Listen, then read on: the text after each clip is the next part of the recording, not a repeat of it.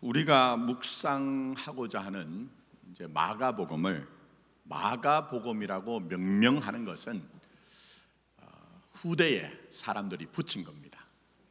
원래 당시에 어떤 글을 쓸 때 정신으로 따르면 1장 1절이 책의 제목이 됩니다.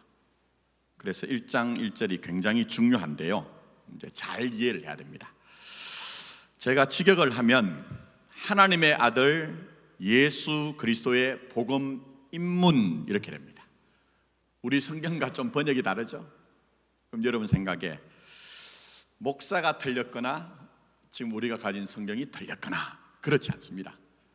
우리 지금 성경은 훨씬 더 풍성하게 또 여러분 이해가 되도록 그렇게 조금 더 살을 붙여서 번역을 한 거예요.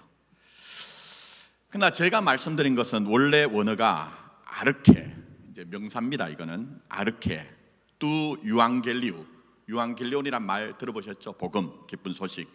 예수, 크리스투, 이건 예수 그리스도라는 거 아시잖아요. 휘우, 떼우라는데 휘우는 아들이란 말이고 떼우는 하나님이라는 뜻입니다. 근데 여기 보시면 말씀드린 것처럼 아르케라는 것은 정관사도 없이 명사로 시작합니다. 그리고 우리는 지금 보면 이제 하나의 문장으로 보이지만 이 안에 동사가 없어요. 동사가 없습니다. 그래서 오히려 우리가 이 마가복음의 전체적인 의도와 목적을 이해하자고 하면 그냥 지적을 해서 하나님의 아들 예수 그리스도의 복음 입문, 아르케란 뜻이 입문이라는 뜻이 있거든요. 좀 복잡죠? 제대로 우리가 알고 짚고 가자는 겁니다.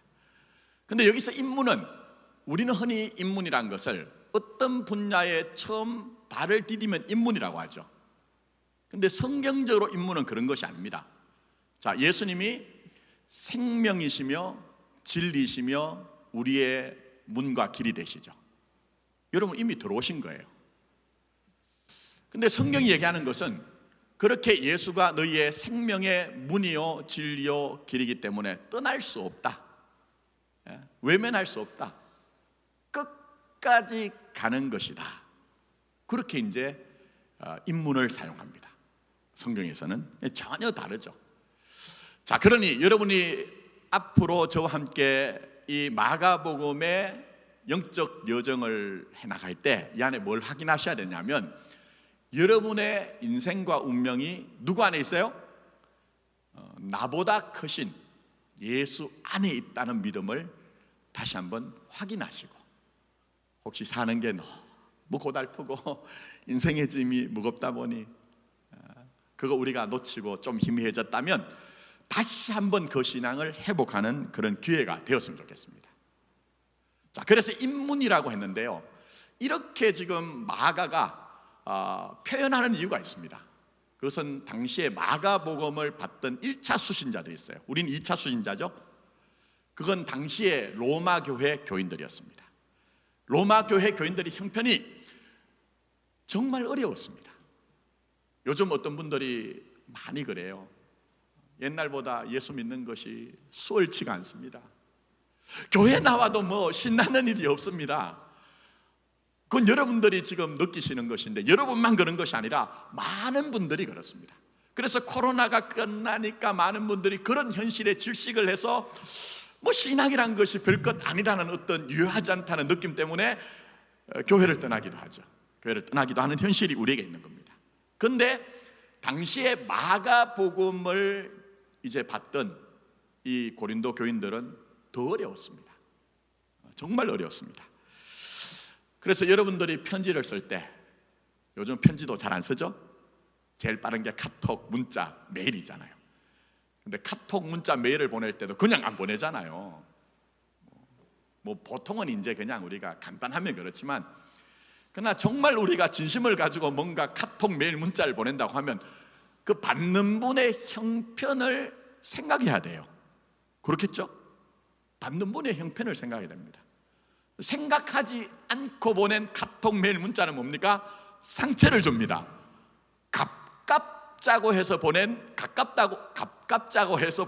카톡, 메일, 문자가 오히려 멀어지게 하죠. 마가복음에도 배경이 있습니다. 그래서 그게 마가복음 곳곳에 등장합니다. 그 흔적들이. 제가 정리는 했는데 다 말씀드릴 수는 없고 몇 가지만 말씀드릴게요. 8장 34절 35절에 가면 무리와 제자들 불러 이르시되 누구든지 나를 따라오려거든 어떻게 하라고요? 자기를 부인하고 자기 십자가를 지고 나를 따를 것이니라. 근데 그 다음에 얘기를 하세요.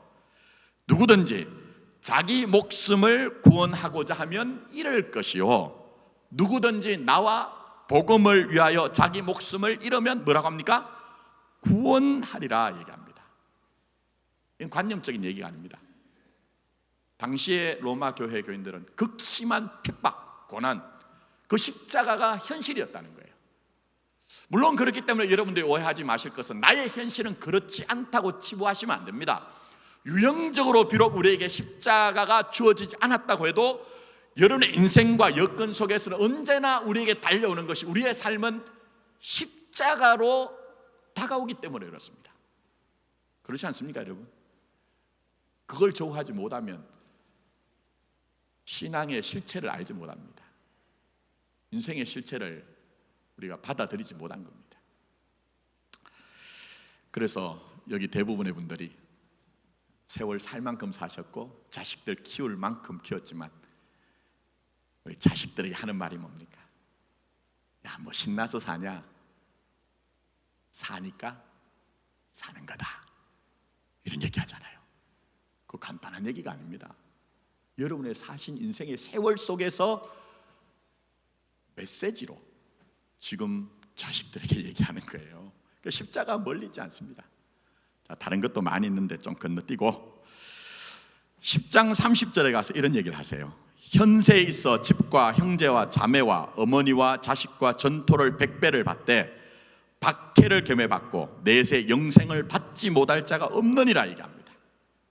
저는 사실 때로는 왜 나만이라는 그런 현실이 있죠.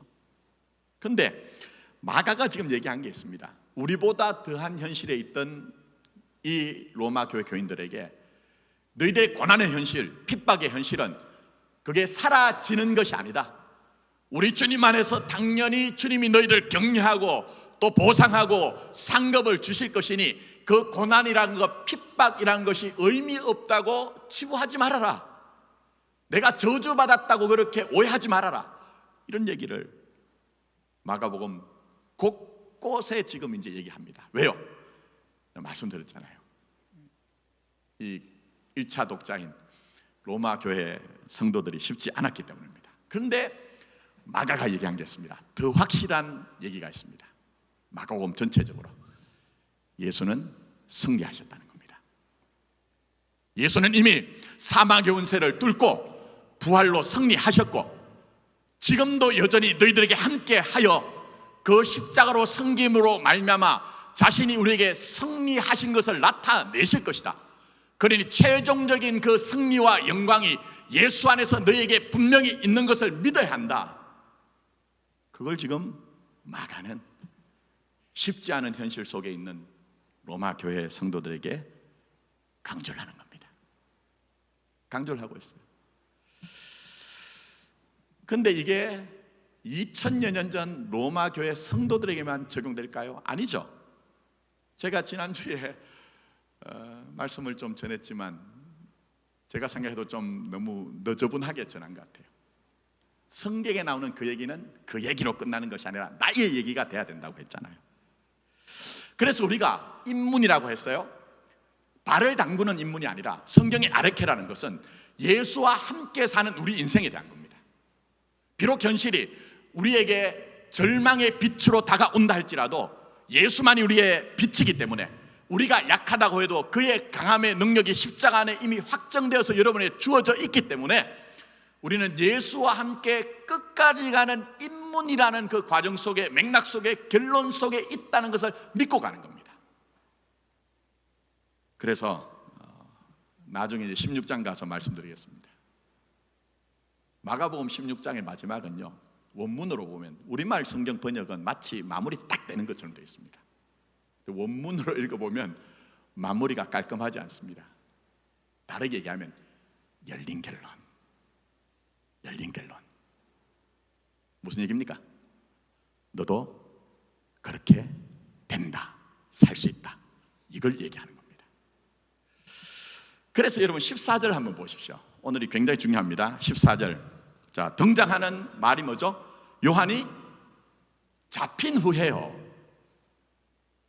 여러분 한번 생각해 보십시오. 저술 시기는 학자들마다 다 달라요. 그러나 통상 주후 60년, 70년이라고 이해를 합니다. 자, 그러면 요한이 잡힌 후라고 하면, 자, 한 세대는 보통 몇 년으로 잡죠? 30년. 그러면 한 세대 훨씬 전의 얘기예요. 그리고 이 일은 로마 안에서 일어난 일이 아니라 저쪽 변방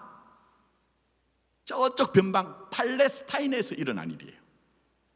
그런데 이 로마 교인들에게 요한이 잡힌 후라는 것은 뭡니까? 마찬가지였다. 세상의 본질은 다르지 않다. 그걸 지금 얘기를 하고 있는 겁니다. 그럼 이 현실이 뭡니까? 요한이 잡힌 후 결론이 뭐죠? 요한은 목배임 당합니다. 당시에 세례자 요한은 주님의 길을 예비하는 자로 와서 마치 엘리야의 심령을 가지고 그 광야에서 사람들에게 정의를 부르짖었습니다. 그래서 혹자들은, 그 시대 사람들은 세례 요한이 메시아가 아닌가 착각을 했습니다. 그러나 분명하죠. 자기의 인생에 대한 의미를 아는 이 세례 요한은 나는 그런 사람이 아니다, 내 뒤에 오실 분이 진짜 메시아시다, 나는 그의 신발끈을 드는 것도 감당하지 못할 정도라고 얘기했어요. 그야말로 폭풍과 같은 그 목소리를 가지고 광야에 외치는 소리로 신음하던 그 시대 사람들에게 속 시원함을 주었고, 이제 우리도 바뀔 수 있다, 변화될 수 있다는 소망을 줬습니다. 그러나 헤롯 안티바스의 죄를 지적하다가 그 어두침침한 감옥에 끌려갔습니다. 이건 전에 제가 설명드렸죠. 그리고 결국은 목이 달아났습니다. 당시의 갈릴리는 소망이 없어진 거예요. 왜요? 믿음이 좋으면 좋을수록, 우리도 그렇습니다. 이 또한 지나가리, 이 또한 지나가리. 근데 지나가고 보니까 세례 요한이 목이 달아난 거예요. 그래서 갈릴리는 그야말로 희망의 빛이 없어진 어둠, 절망이었다는 거예요. 그러나 그렇지 않다는 거예요. 오늘 우리가 성시교독을 했지만 성경에 나오는 신앙은 여러분이 그려내고 있는 신앙과 굉장히 다릅니다. 그게 뭡니까? 오늘 우리가 성시교독을 하는데도 이 시인이 하나님의 부재를 토로하죠. 우리는 감추기에 급급합니다. 우리 삶의 현실 속살에서는 우리가 많은 경우에 하나님의 부재를 경험하는데 그걸 감추고 위장하거든요. 나 그렇지 않대요. 다만 뭡니까? 그 하나님의 부재의 고통을 네가 안고 내 앞에 나오라는 거예요. 근데 오늘 본문 말씀에 세례 요한이 잡힌 후에 그 당시에 갈릴리 사람들 생각에는 끝났구나, 끝장이다, 소망이 없다. 근데 아니라고 합니다. 그래서 뭐가 이어집니까? 자, 보십시오. 누가 오시죠? 예수께서 갈릴리에 오셔서 하나님의 복음을 전파하여 이르시되, 뭐가 찼다고요? 때가 찼고 하나님 나라가 가까이 왔으니 얘기합니다. 때가 찼다는 것은 충만해졌다는 거예요. 사람들 생각에서는 이제 우리가 어떤 것도 남지 않았다고 생각하는데 넘치고 넘쳐서 하나님의 때가 되었다는 거예요. 가까이 왔다고 얘기합니다. 이거 오해하지 마십시오. 여러분의 상식으로 우리의 시간 이해는 과거, 현재, 장래, 그래서 가까이 왔다는 것은 아직 오지 않았다는 느낌입니다. 근데 제가 계속 성경 얘기하잖아요. 성경이 담고 있는 복음의 내용은 우리가 이해하는 상식과 다르다니까요. 그 가운데 하나가 시간 이해입니다. 가까이 왔다는 것은 시작되었다는 거예요. 하나님의 나라이신 예수님이 오심으로 말미암아 그 절망의 땅, 어둠의 땅, 흑암의 땅인 갈릴리에서 하나님의 나라가 시작이 되었다는 거예요. 그래서 여기에 대해서 기억하실 분이 계실지 모르지만 제가 대예배 시간에도 한번 언급했고 새벽에는 조금 꼼꼼하게 들어갑니다. 그래서 제가 얘기했던 기독교 신앙의 시간 이해, 그게 뭡니까? 기억하실 분이 계실지 모르겠어요. 이미와 아직이라고 했어요. Already but yet이라고. 오늘 본문에 보니 가까이 왔다는 것이 아직 멀리 있는 것은 아니지만 가까이 왔다, 뭐 오지 않았다 이런 느낌이 아니고 말씀드린 것처럼 시작되었다는 거예요. 그래서 제가 입문 이렇게 얘기한 겁니다. 자, 그러나 not yet, 아직이죠. 우리가 완성될 때까지, 마가복음으로 얘기하면 16장 결론까지, 그까지 가야 되는 인문이라는 거예요. 자, 다시 한번 기독교 신앙의 전체적인 성경 안에, 신약 성경 안에 그려내는 것으로 제가 다시 한번 설명드릴게요. 여러분 꼭 기억하셔야 됩니다. 그렇지 않으면 예수 믿는데 엉뚱하게 믿어요. 자, 여러분 제가 이렇게 표현 한번 해볼까요? 어떤 분이, 요즘 젊은 분들은 이만기 씨도 잘 모르던데, 어떤 분이 저는 이만기 씨를 너무 존경하고 사랑하고 팬입니다. 그래서 물었어요. 이만기 씨가 누굽니까? 이러니까 이만기 씨는요, 옛날에 권투 선수 아니었습니까? WBC 뭡니까 그 다 그래서 벨트 찾지 않습니까? 그런 그 이만기 씨 진짜 아는 겁니까? 존경하는 겁니까? 팬입니까?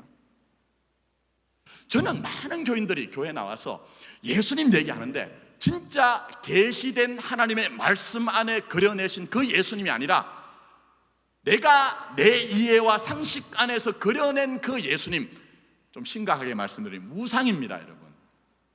우상입니다. 근데 하나님은 택한 하나님의 백성들, 자녀들에게 그렇게 하지 않겠대요. 내가 너에게 제대로 나라시를 알리겠대요. 그래서 우리에게 주신 게 뭡니까? 하나님의 말씀인 성경, 그리고 또 중요한 것은 여러분의 인생입니다. 여러분 인생입니다. 좋은 것만 아니에요. 때로는 내가 원하고 바라는 것이 이루어지지 않는 현실 속에 우리로 하여금 확인케 하십니다. 내가 믿는 예수가 진짜 다른가 하여 확인해 보면 맞다. 그래서 우리가 틀린 것이 아니고 예수님 제대로 믿고 지금 가고 있구나, 이렇게 우리에게 역사를 하시는 거예요. 자, 그런 점에서 임이라고 얘기했어요. already. 자, 무슨 얘기입니까? 예수님의 성육신, 공생애, 결정적으로는 예수의 죽으심과 부활하심입니다. 그래서 여러분, 예수님은 그 십자가로 섬겨서 이미 우리에게 하나님의 나라를 주셨습니다. 어떻게 해요? 하나님의 나라는 먹는 것과 마시는 것이 아니라 의와 평강과 희락으로 주신다고 했잖아요. 그래서 여러분들이 정말 탄식 가운데, 비명 가운데 사는 현실 속에서도 하나님이 양보하지 않고 내가 예수를 믿을 때에 의와 평강과 희락을 공급하심으로 말미암아 질식하지 않게 하십니다. 내 약한 능력으로 인하여 내가 절망하여 엎드러지지 않게 합니다. 저는 무릎이라도 이렇게 해서 주님을 따라가게 합니다. 그래서 우리는 오늘도 하나님의 나라로 사는 거예요. 하나님의 나라로. 전부 인생의 사연이 다르고 종사하시는 직업의 현장이 달라도 예배당 안에만 여러분이 신앙 경험하는 것이 아니고 철저하게 여러분의 일상 속에 여러분은 하나님의 나라로 살고 있는 거예요. 그러나 분명한 게 있죠. 완전하게 이루어진 건 아닙니다. 그게 요한계시록에 그려지고 있잖아요. 그래서 아직 난계시라고 했습니다.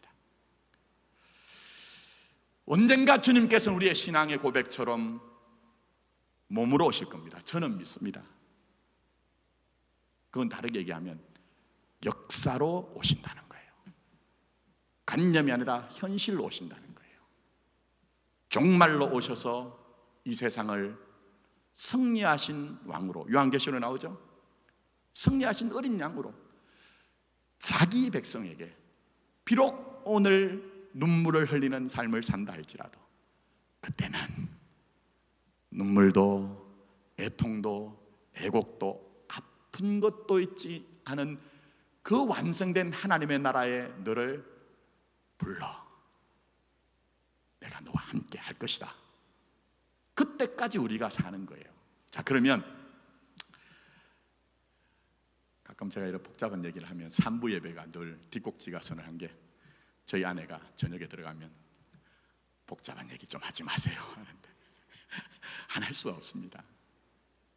목사들이 너무 귀에 걸리는 얘기만 해서 조국 교회가 이렇게 돼서 좀 딱딱한 걸 먹더라도 여러분이 신앙으로 사는데 도움되는 것을 전하기 위해서 그렇습니다. 자, 그러면 임이라고 아직이라고 하는 거기에서 우리 인생은 뭡니까? 그 사이를 사는 거예요. 그 사이를. 그래서 여러분, 목사만 사명이 있다, 선교사만 사명이 있다, 엉터리입니다. 거짓입니다. 이미 말씀드렸죠. 여러분은 여러분의 여건과 시간 안에 하나님의 부르심 안에 있는 거예요.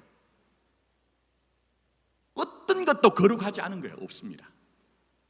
이렇게 목사가 강대상에 서서 설교하는 것만이 거룩한 게 아니고 여러분의 삶의 현실 속에서 땀을 흘리며 때로 눈물을 흘리며 때로는 고통의 현실 가운데 비명을 지르는 그것이 얼마나 거룩한지, 그게 얼마나 하나님 앞에서 산제사가 되시는지를 기억하셔야 됩니다.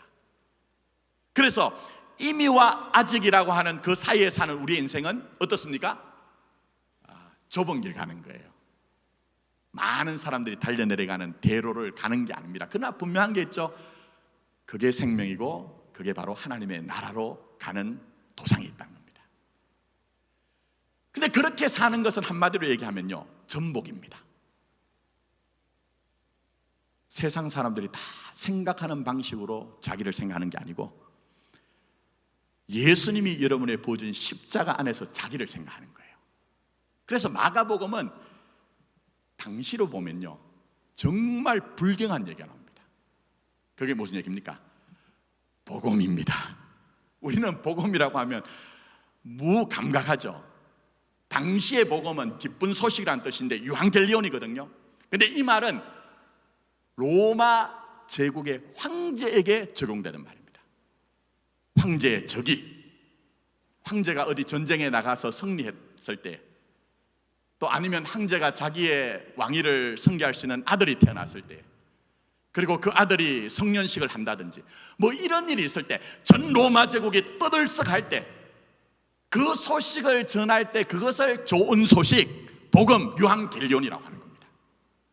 근데 지금 마가는 이 유한겔리온, 복음, 기쁜 소식을 이 가이사에게 적용하지 않습니다. 복음이 누구시라고요?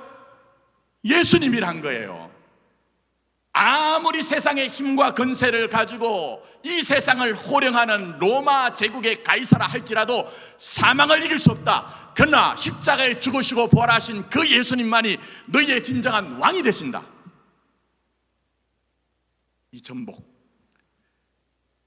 그리고 그 전복된 길을 참여하여 그의 영광, 그의 능력으로 사는 것, 그게 바로 신자의 인생이라고 그렇게 얘기를 합니다. 특히 보세요. 요즘도 세상에 힘 있는 사람 중에 여러분을 제대로 섬기는 분이 있습니까? 목사도 그렇게 못합니다. 솔직하게 말씀드리면 우리는 그런 현실들 지금 비일비재하게 보고 있잖아요. 세상의 힘은 전부 다 여러분을 무릎 꿇려 자기의 유익을 위해서 이용할 뿐입니다. 그래서 여러분이 힘들잖아요. 근데 예수님은 나중에 볼게요. 마가복음에 뭐라고 합니까? 나는 왔는데 내가 나를 위해서 온 것이 아니라 많은 사람을 위하여 대속물로 나를 주기 위해 왔다. 그렇게 말씀하시는 거예요. 섬기는 왕. 그래서 우리의 인생에서 주님은 십자가로 섬겨서 우리를 하나님의 나라에 속하게 했을 뿐만 아니라 이 사망 권세가 가득한 세상 가운데 여러분이 질식하고 절망하고 포기하지 않게 하기 위해서 지금도 여전히 십자가로 역사하여 사망을 이기는 생명으로 없는 데서 있는 것을 확인케 하여 예수로 살게 하는 거예요. 하나님의 나라로 살게 하는 거예요. 그런데 여러분은 예수 안에서 세상이 가는 길이 아니라 전복된 길을 가는 겁니다. 전복된 길을. 어렵다는 얘기가 아닙니다.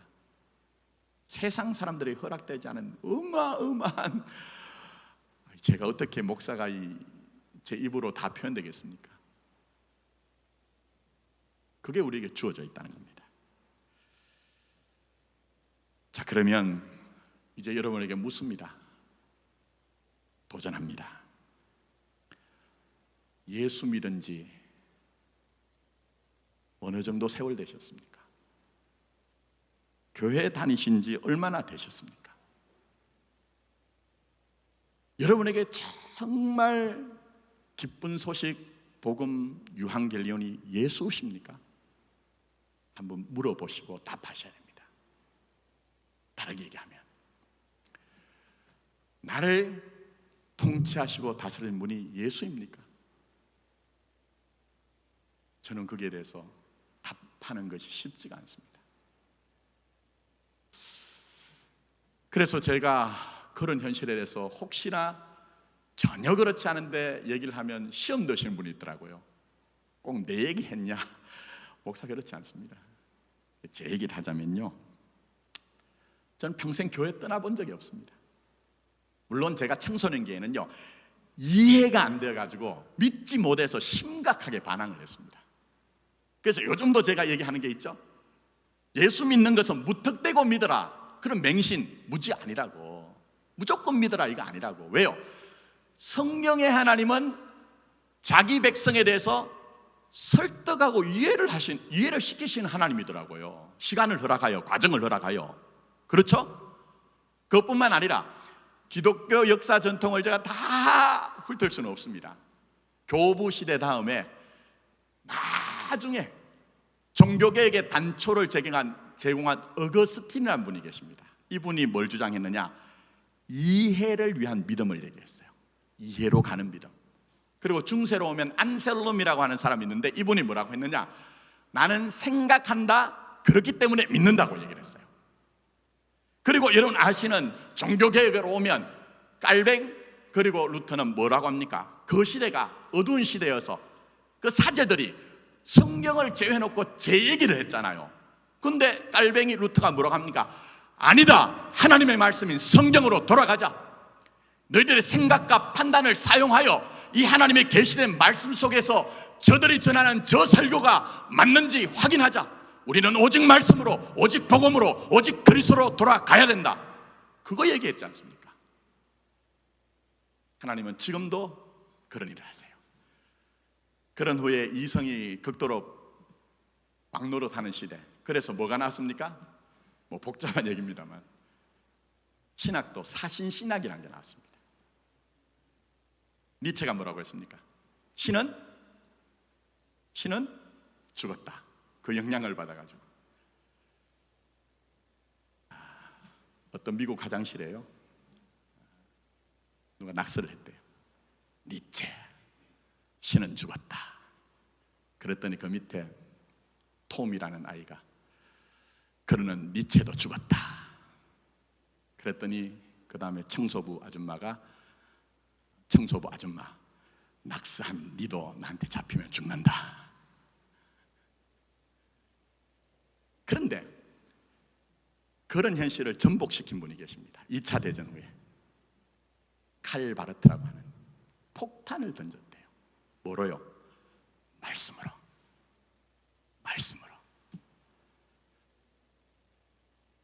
저는 여러분에게 전복의 역사가 있었으면 좋겠어요.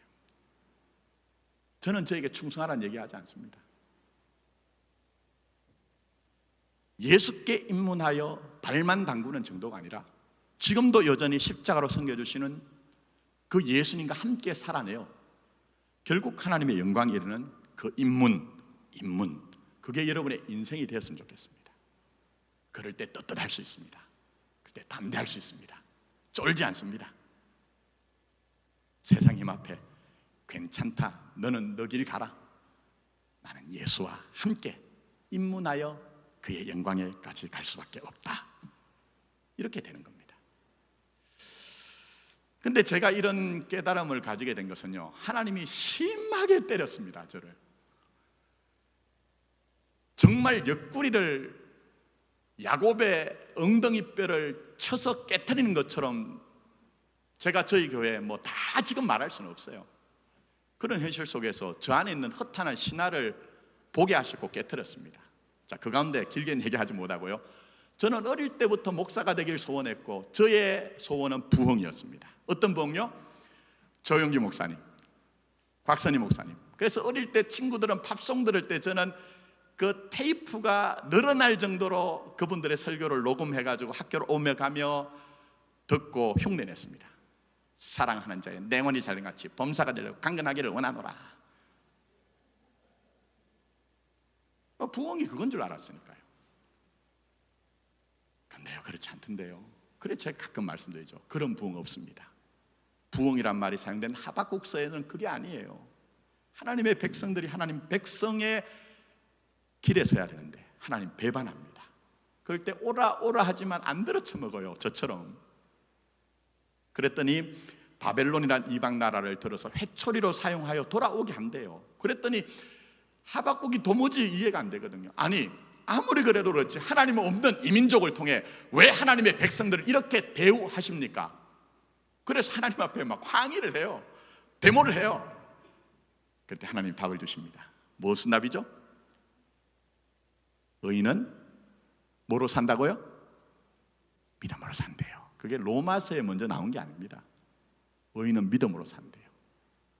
다 이해되지 않아도 너희들의 운명을 내 안에 뒀기 때문에 지금은 잠시 이해가 되지 않지만 반드시 꼭 내 원하는 그 영광의 자리로 돌아오게 하겠다는 거예요. 그랬더니 하박국이 얘기한 게 뭡니까?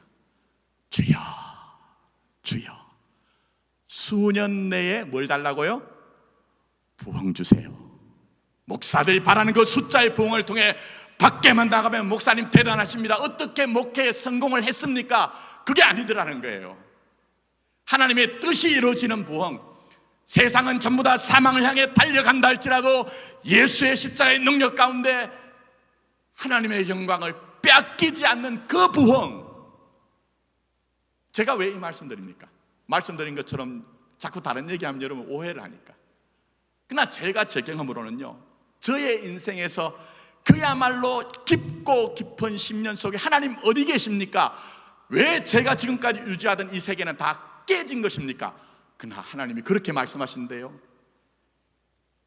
요한이 잡힌 후에 요한이 목 날라갔을 때도 나는 나의 하나님 되심을, 나의 주 되는 것을 포기하거나 양보한 적이 없다. 때가 이름에 넘치고 넘쳐서 반드시 나를 통해서 네 인생이, 인문이 그냥 네 인생이 발을 디딘 정도가 아니라 정말 네 자신이 하나님의 영광, 하나님의 나라가 되도록 일하겠다. 그렇게 말씀하시는데요. 그래서 이제 말씀을 맺으면서 요한이 잡힌 후 마찬가지 역사, 시간, 현실입니다. 그러나 주님은 양보하지 않죠. 그래서 그 어두운 갈릴리에 오셔서 시몬과 안드레, 야고보와 요한에게 뭐라고 하세요? 누굴 따라오래요? 나를 따라와라. 그러면 너 물고기 잡는 게 천하다는 얘기가 아닙니다. 네가 이해한 것보다 훨씬 더 큰, 훨씬 더 깊은 하나님의 나라로 살가겠다. 그렇게 말씀하고 계신 겁니다. 근데 이게 우리의 현실이 아닙니다. 자, 그래서 아까 말씀드린 거 나중에 볼게요. 마가복음 16장 결론 20절 이렇게 합니다. 제자들이 나가 두루 전파할세 주께서 함께 역사하사 그 따르는 표적으로 말씀을 확실히 정언하시니라 해서 우리말 성경은 그냥 닫혔어요. 근데 원어를 보면 열려 있습니다. 그게 뭡니까? 네가 나와 함께 인문에 살면 네 한 인생이 말씀이 삶이 되는 축복을 누릴 것이다. 자, 오늘 이 예배에 있는 가운데 참여한 여러분들이 정말 하나님의 말씀으로 계시하신 이 진리 받아들여 입문하여 끝까지 가는 그의 영광에까지 가는 그 입문이 여러분의 삶이 되고 여러분의 삶이 하나님 앞에 영광의 찬송이 되는 복됨을 누리기를 예수님의 이름으로 축복합니다.